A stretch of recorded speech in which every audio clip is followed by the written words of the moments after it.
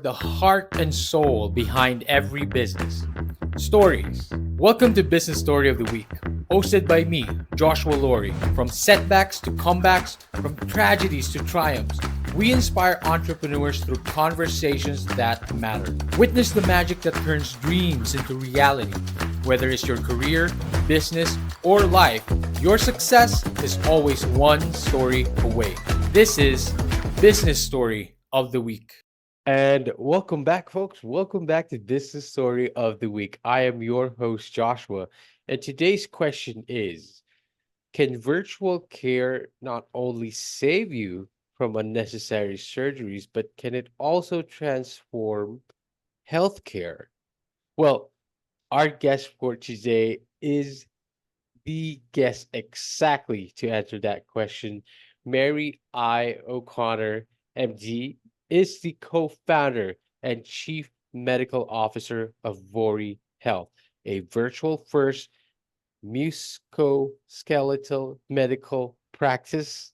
I, I should practice that a little bit more.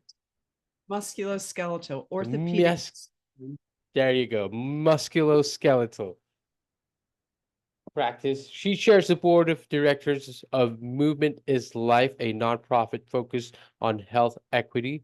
Dr. O'Connor is the author of Taking Care of You, the Empowered Woman's Guide to Better Health. She is professor emerita of orthopedic surgery at Mayo Clinic and has held a past professorship at Yale School of Medicine.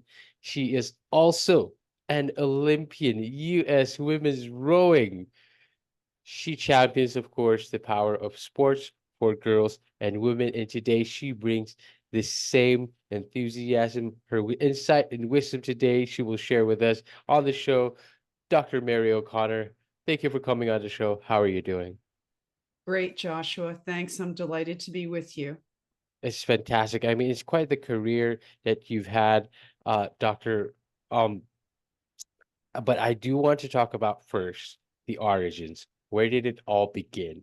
Did you know you were always going to be a doctor? And better yet, did you know you were always going to be an Olympian? What is the story of Dr. Mary O'Connor? Um, well, Joshua, I grew up at a time when there were actually no sports teams for girls in my high Mm, school. mhm, So mhm. Title IX had just come about, Wow. and I was accepted to Yale University, where I went as an undergraduate, and Wow. decided that I was going to try rowing.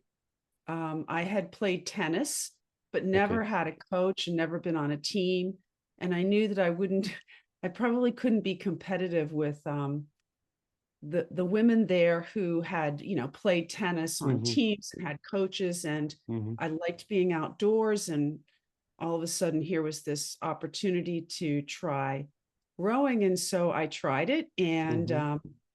I was in an environment where there were two women who were senior to me who had been Wow. on the first international team for women at Mhm, the World mhm. Championships, and then they were in the Olympics. And so I had role models, which Mhm. is so important to young people, Yes, to have someone that they can see has has done something. And I'm I there agree. working out alongside of these women, and I'm Mhm, like, you know what? I could do it too. mhm. So it was just a great experience for me, and really helped me actually, I think, get into orthopedics, because Oh, orthopedics interesting. that time was even more male dominated. Wow, wow. And so I think that you know the gentleman at Mayo Clinic that accepted me for the residency program could look at me and say, wow, she's an Olympian. She's done something that maybe we could would have aspired to, or they Mhm, could respect the achievement, mhm. and um, and that helps set me apart. Right, right. Actually, is something that I look for, not excellence in sports, but Mhm. when I'm trying to select someone for a position, Interesting. I've interviewed hundreds and hundreds Mhm, of mhm. medical students for residency or fellowship Yes. positions, faculty positions. And I want to see that they were able to excel at something. It Absolutely. doesn't have to be sports because, Hmm. if you could excel at something, then you've got a lot of personal skills that will Yes, carry you through, right? absolutely. Hard work, discipline, Hmm. roll with the punches, pick Hmm. yourself up from defeat when things don't Yes. go well. Hmm. Yeah. And those values really translate very well into healthcare and literally in life. It spills over in life. It's quite important to have those values and having that kind of resilience, especially, if you're dealing with very sensitive cases when it comes uh to healthcare, especially for the cases that you dealt with, Miss um Dr. O'Connor. Talk to us a little bit about that journey, however. It must have been quite the feat, of course, like the achievement of being the Olympian, the discipline behind being Olympian. But more than that, talk to us about the transition, about taking that Olympic drive, so to speak, that excellence that you spoke about, and then transitioning that over into orthopedics in a way that how what were the specific moments where you felt that your discipline or your excellence in Olympic rowing actually translated into healthcare, into orthopedics? Well, Joshua, I think it it carries over into everything. Mm-hmm. You have to work hard, you have to Mm-hmm. be focused, you have to prioritize. Mm-hmm. I mean, all the things that it takes to be not just a successful orthopedic surgeon or physician, but to be successful in any profession Mm-hmm. or employment. Right. Um, but it's really, you know, what helped me in my professional journey Mm-hmm. was really appreciating um, what mattered to me and kind of what I wanted my legacy to be Oh, in interesting. my professional career, Mm-hmm. and why I had to make the big leap from the comfort and security of academia, Mm-hmm. where I had been my entire career, Right. to go do this startup, to be an Mm-hmm. entrepreneur and to Mm-hmm. co-found Vori Health. Mm-hmm. Mm-hmm. And So so I think, yeah, it's identifying what really matters to you, because that's what gives you your energy and your drive. And exactly, then exactly. it's not work, right? Mm-hmm. It's your passion. My passion is There you go. making healthcare better, helping Mm-hmm. patients. And Mm-hmm. when I was, you know, practicing as an orthopedic surgeon, Mm-hmm. I did that through direct patient care. And Joshua, it was an honor to take care of patients. Wow. Um, Wow. but what I'm doing now can impact so many more patients on a much bigger scale.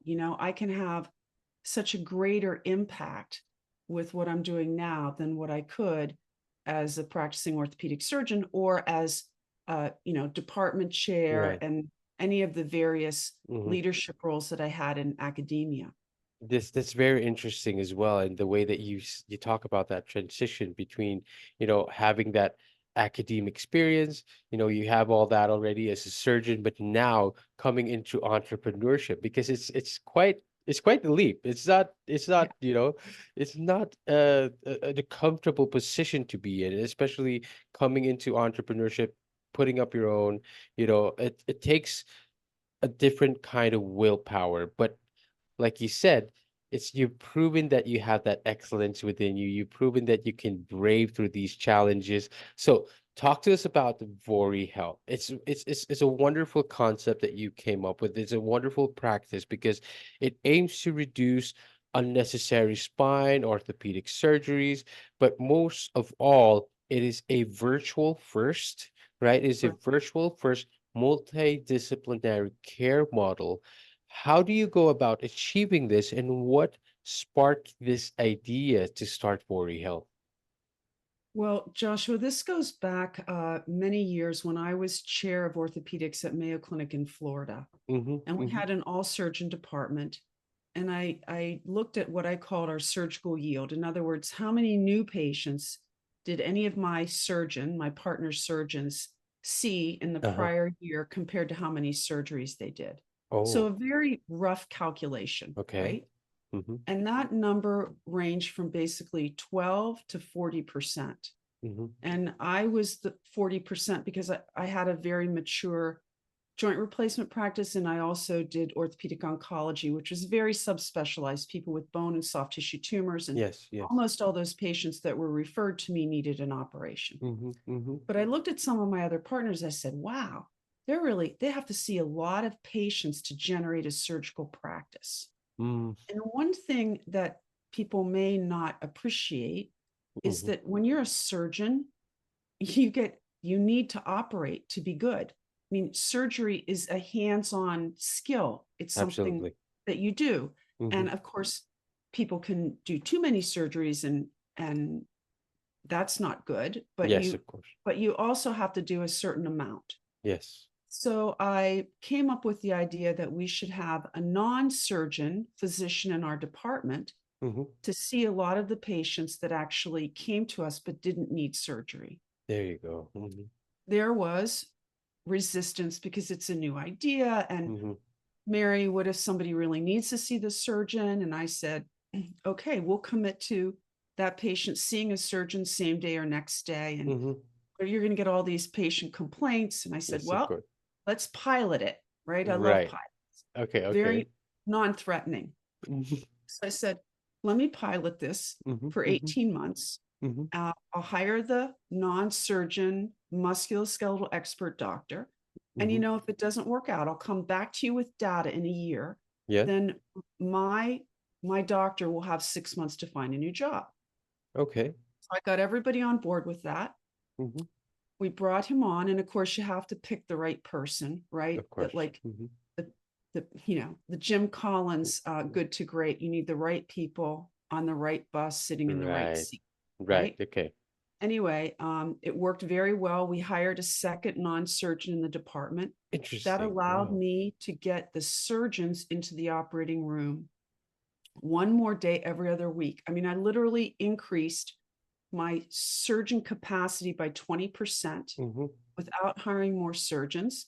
And Wow. we improved our contribution margin from my department by 19%. Wow. I mean, it Very was like, interesting. this is like a no-brainer.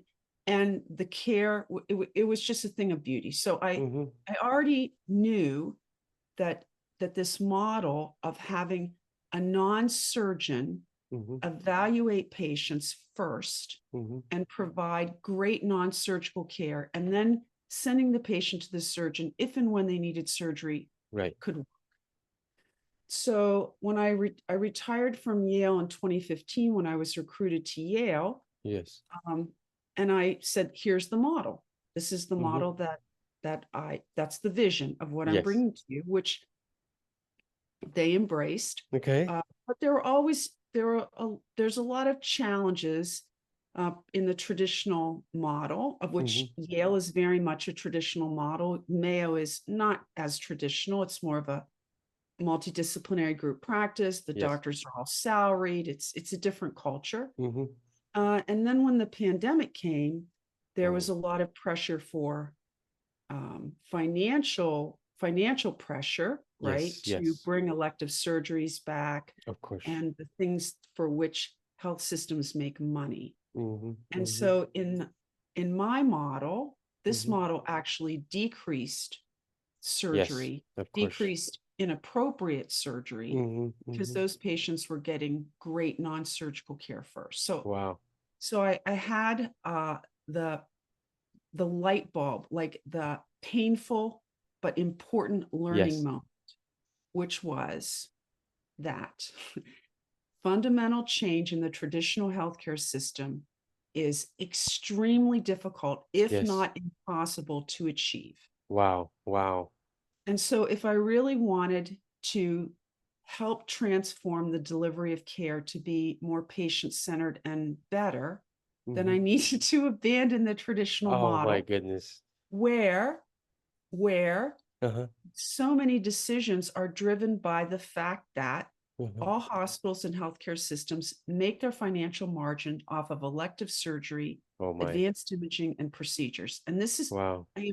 I am not demonizing Of any of course. the hospital or healthcare leaders, because Of course. this is the system they're stuck in. Yes. Okay. And they need the profit from elective surgeries to Yes. fund all the what we call service lines in medicine that are not profitable, Yes. like Yes. pediatrics. Mm-hmm. Nobody makes money taking care of kids. Yes. OB, people don't make money taking care of Yes. pregnant women having babies, right? But Mm-hmm. these are fundamental services that communities and families need. So Wow. it's very complicated, Yes, right? of course. But I realized that that they weren't going to change Mm-hmm. until the financial pressures on them changed or the payment model changed. There was some kind of fundamental change, and Absolutely. we could get out there and create Vori Health, co-founded by another surgeon, actually. So Mm-hmm. my co-founder is Ryan Grant, who's a spine neurosurgeon. He's our CEO, Wow. amazing leader. Wow. So here's Vori Health, this company focused on giving people great Mm-hmm. non-surgical care to try and avoid Mm-hmm. inappropriate surgeries, founded by two surgeons. Mm-hmm. That's quite the story. First of all, um, putting this together must have been a challenge in itself, right? Like you talk about coming up with the concept, piloting it, pitching it, getting people convinced to take it on, but then the pandemic hits, and wow, the whole realization just sets in that it is a, it's a fundamental problem that hospitals or need to make money off of elective surgery. I was going to ask a question of how often does the unnecessary surgeries happen, but you kind of answered it there already, which is like, Uh, they, oh my goodness, they do it. I'll give you Go a few ahead, please. statistics, okay? Please, Because please. so first of all, this is under researched for a lot of surgical procedures, but Mm-hmm. let's just take low back pain, Mm-hmm. surgery on low back. Yes. So about 50% of those surgeries are Oh, inappropriate. oh This my. is huge. It's just like I stutter, Oh, like I can't even speak when I get to this part, oh my because goodness. it's so unimaginable to me. And it's not just the cost Mm-hmm. of those surgeries, it's Mm-hmm. the risk that then patients are subjected to Yes. Yes. with needing repeat surgeries. Yes. And some studies show 7% of those patients are back in the operating room within the first year. Like Wow. that's like a OMG moment to me. Like Yes, how can this absolutely. be?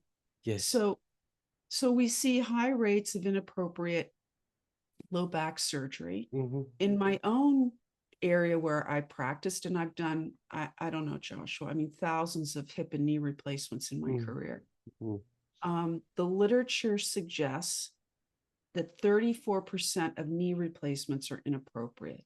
Oh my So, goodness. I mean, this is also a very common procedure Mm-hmm. performed in the Mm-hmm. certainly in the US and across the world.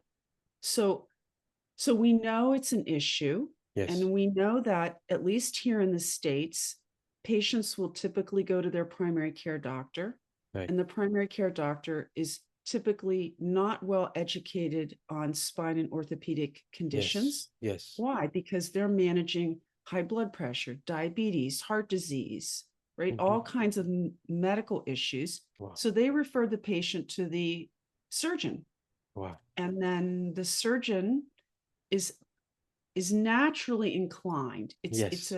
It's a normal Yes, of bias, course. Of right? course. If Yes. I've got a hammer, baby, all the Uh, world is a nail, right? Absolutely. And Wow. I don't say that. I mean, there are lots and lots of high quality, wonderful surgeons that try non-surgical care Of first. course. Of course. But in my experience, I think that that can be delivered a little bit better Mm-hmm. to a lot better, and Mm-hmm. certainly at a lower cost point by Absolutely. a physician who's well trained in Mm-hmm. spine and orthopedics but is not a surgeon. And so that's the model that we employ at Vori Health. Beautiful. Wow. That is fantastic. I mean, of course, it's a First of all, that is a staggering number. More than half, or half of lower back Yeah. surgery. It's uh like you said, it's an OMG moment. Like it's Yeah. more like trying to address like kind of like the mechanical side of it before addressing, like the physiological, solutions that you can come up with over, it's like a quick fix without trying to come up first with what can be done first.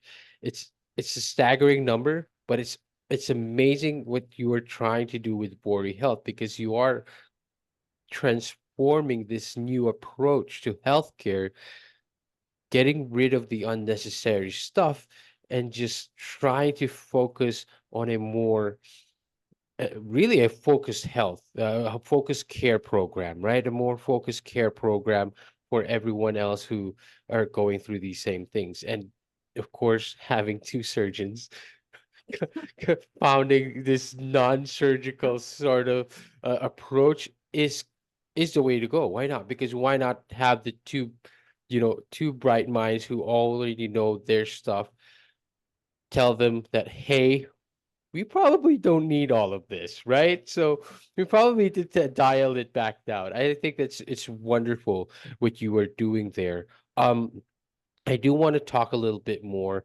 about first is you do have your book. It's called Taking Care of You, The Yeah. Empowered Women's Guide to Better Health. It's kind of related, I assume, but talk to us a bit about that. All right. What was your inspiration behind the book? Then, of course, the message behind empowering every girl and woman. You talked to us about mentorship and having those kinds of people around you when you were training for the Olympics. Talk to us about the inspiration behind this book. So, Joshua, in my practice, I would see a lot of women that would come to see me, Mm-hmm, and they had seen other orthopedic surgeons in the past, which mm-hmm, almost always were men. I mm-hmm, mean, because mm-hmm. because women are a minority of orthopedic surgeons. There aren't that many of us. And back even earlier, there were even fewer of us. Okay. Wow. And I have championed diversity in our profession my entire career. But Mm-hmm. so I had the experience of caring for basically women that would come in and feel like their voices hadn't been heard. Wow. Their complaints hadn't been taken seriously. Mm-hmm, mm-hmm, And again, this is a complicated question because at least here in the States, and I suspect worldwide, we are conditioned to believe that when a woman says she has 9 out of 10 pain, really severe pain, ooh, of and a course. man says he has 9 out of 10 pain, It's we different. think we think the man is totally miserable and the woman is exaggerating. Oh my goodness. No, this is how society has Yes, yes, of course. biased us. Okay. Mm-hmm, So I recognized that there were health disparities that women were encountering. And I also was involved in some very early landmark research looking at true sex differences. right. So women suffer from knee arthritis Mm-hmm. at a much higher rate than men, particularly after menopause. And this is when you get Oh. more arthritis. And so we see there's a lot more joint replacements that happen in women Mm-hmm, than in men. mm-hmm, And you mm-hmm. say, well, why is that? Yes. Why is it different for Mm-hmm, women? mm-hmm. And so I was involved with a group of really brilliant researchers, and we actually studied tissue from arthritic knees and identified that there are true sex differences. By that, I mean biologically driven differences in things like vitamin D receptors and some other biological mechanisms and markers. And Wow. so that also got, really highlighted to me that we also have to understand in medicine that, of course, women are not little men, right? Right. Women are different Mm-hmm, physiologically, mm-hmm, biologically mm-hmm. than men. Yes. Females are biologically different than males would Yes. be the correct terminology. Mm-hmm, And that mm-hmm. we needed to push research that would identify some of these differences so we could create potentially targeted therapy that would work better for women, Mm-hmm, maybe in one scenario, better mm-hmm, for men, meaning mm-hmm. males in another. Yes. So when I was at Yale, I met a medical anthropologist named Canwall Hawk, Mm-hmm, and we decided, hey, I had this idea for this book for a long time. And then I said, Wow. you know what? Are you interested? Because if I have a partner, right, one, it'll be more fun. Yes. And two, we'll hold each other accountable and we'll get Hmm. it done. Wow. So we came up with the idea. We invited 111 women experts to contribute many of the clinical chapters. Hmm. The book was accepted to be published by Mayo Clinic Press, and it was Hmm. published back in October of 2022. And it's really a, a very easy to read book focused on the everyday woman. It's not a medical textbook. And we talk about common clinical conditions, what they are, what causes them, how are they treated, are there differences that we know in how these conditions impact males versus females, Hmm. or African Americans or Latino women compared to Yes. Caucasian women. Yes. And then questions to my favorite sections of the book, Oh, please. questions to ask your healthcare team, and Wow. pearls of wisdom from the experts, so that a woman could look at a chapter Wow. and say, okay, um, I have heart disease, or I have Hmm. asthma, or I have, knee arthritis. Hmm. And I'm just going to read this 5 pages in this book, and it's going to prepare me to go in to see my doctor Wow. and be more comfortable asking the right questions. Wow. Yeah. Wow, it's really wow, it truly is an empowered guide. And it's talking about what should be talked about more in a more effective way because wow, I mean, first of all, you're showing us the gap, which is again like a societal problem, a fundamental societal problem where, women aren't as heard or as taken seriously, and how miserable it must be to not be heard when you are in so much pain. I love that you are spearheading this conversation, the same way you are transforming your approach to healthcare with Vori Health. I think it's remarkable. And it's just another, one shining achievement to your long storied career, Mary. Joshua, It's I'll quite get a big lovely. head now, so you can stop with that. But the application, Mhm. I'm going to distill this down because this is what we do at Vori, right? Please. Whether you're a man or a woman, the whole concept is we have to personalize the care Yes. to the needs of the individual. Yes. Hmm. So our patients have a care team that's led by a non-surgeon physician, like I've already mentioned, a Hmm. physical therapist, a health coach, and then we'll Hmm. pull in a registered dietitian if more advanced nutritional support is needed. Wow. And why does this matter? I'll give you one more example. We'll go back to the low back pain patients, right? Please. Hmm. If I took 1,000 patients with low back pain and I Hmm. did nothing but Hmm. improve the quality of their sleep, I would improve their back pain. No Wow. injections, no surgery, if I only focused on their sleep.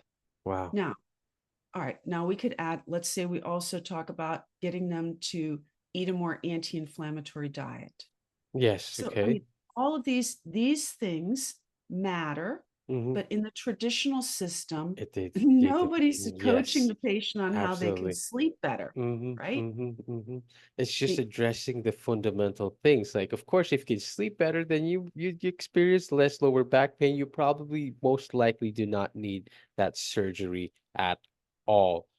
Um, Mary, well, go Joshua, ahead. just for it's you have to you have to use all of the levers that you can pull to try Right. and help that patient Of improve. And of course. course, physical therapy is a landmark mode of treatment for patients with Hmm. musculoskeletal conditions. But Hmm. we pull in these other aspects as well, because because patients need that to give them Yes. their best chance of improving. And another thing I say, Ryan Grant, my Hmm. co-founder, the CEO, we're not anti-surgery. We're surgeons. We Yes. Yes. know, we Hmm. know the power of surgery to help Yes. people. Yes. We're just anti-inappropriate surgery. Yes. Yes. That is very, very important to make clear. This new approach, of course, is not, it's not completely, like you said, demonizing surgeries, but we have to, customize individual care is Yes, what's important. And that is correct. what you guys are spearheading with Vori Health, and I think it's remarkable, and I love it. I can't wait to share this episode. I love that you came on to here and talk to the audience and listeners about that. Mary, I would love the opportunity to have you on another health show that we would be launching soon, and we could talk about this more in depth. Dr. Mary, I'd love to give you this opportunity. Where can we find you? Where are you most active in? Are you on LinkedIn? Are you on Mm. Instagram? Are you on any socials? Where can we find out more about Vori Health? And where can we find a copy of your book? Oh, well, I would just direct people to find me on LinkedIn. Hmm. And of course, you can go to our website, vorihealth.com. Yeah. You can reach me. People can email me, Hmm. mary.o'connor, no apostrophe in the email address. So Hmm. Hmm. mary.oconnor at Vori Health, VORI health.com. Hmm. Delighted to hear from any of your listeners if they have questions. We have contracts with insurance companies, with self-insured employers. Hmm. We really like contracts that are what we call value-based contracts, where we Uh-huh. are providing care to patients or members Hmm. for a year Hmm. for a set amount of cost, because we Hmm. know that we can drive savings through whoever's paying the bill, Yes, because we reduce inappropriate surgeries. And that absolutely. really allows us to give patients that holistic model of care. Beautiful. So, Beautiful. happy to hear from anybody who's interested in learning more about us. You can find the book, Taking Care of You, The Empowered Woman's Guide to Better Health, on Amazon or Barnes and Noble or Target, which I call Target. You um, yes. So thank you. All right, fantastic. Thank you once again, Dr. Mary O'Connor. To our audience and listeners out there, check out the website. Go reach out to Dr. Mary and grab a copy of that book. Um, it's been a great time. It's been a great episode. Thank you for the information and all the insight and wisdom and all the mission that you are, shared with us today. I would love the opportunity once again to maybe we could talk about this about more in depth. Happy to, Joshua. That's So lovely. thank you. To our all audience listeners out there, Dr. Mary, thank you for having us on here. And to everyone else, see you on the next one. All right, so here's the thing. We try to get a little bit better every day, but we can't do it without you. So if you like the video, make sure to like and subscribe below. And if you have any comments, just leave them in the space under.